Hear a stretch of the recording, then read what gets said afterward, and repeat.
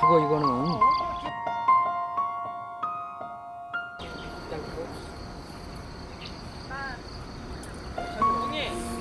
내라. 얘가 지금 농약아.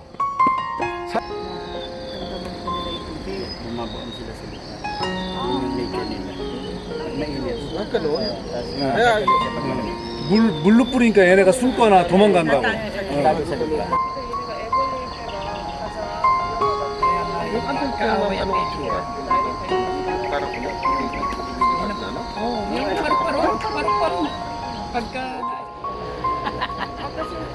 Wait, halo. Lalagyan.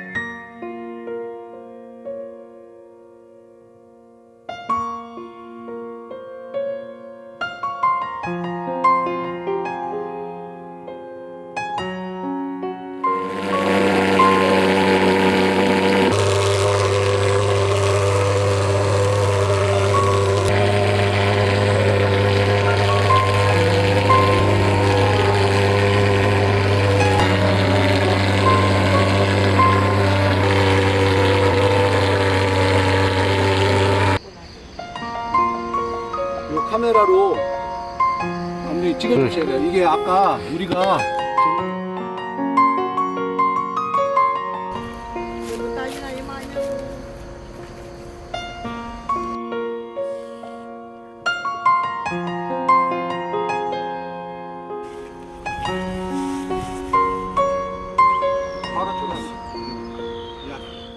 Na-observe namin, so dun sa pagkaka-trial ni sir ng ating fogging agent, we have two areas, this one and the other one.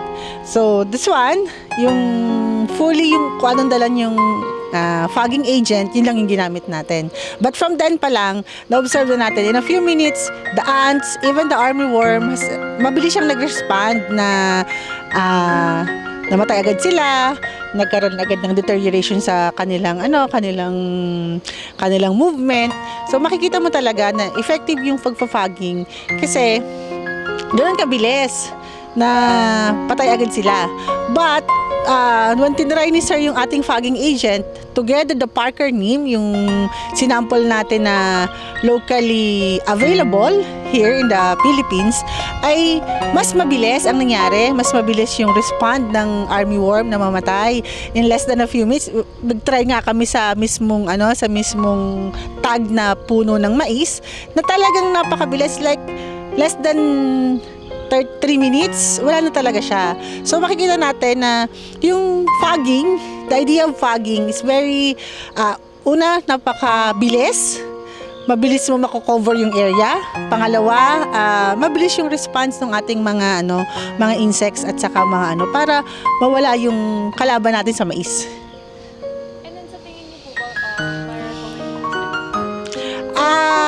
For me, as a researcher at the same time, as a person na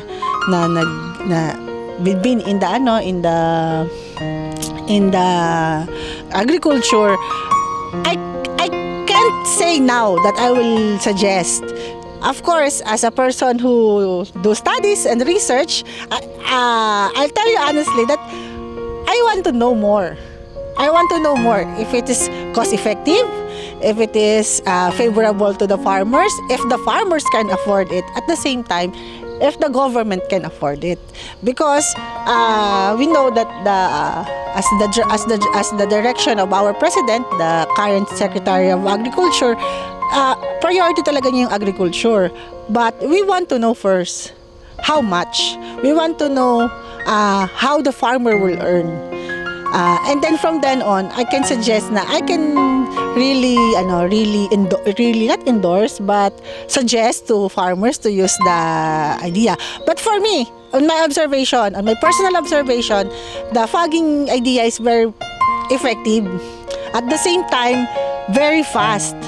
Kasi I usually observe how tedious, how long the farmer stays in the field to spray.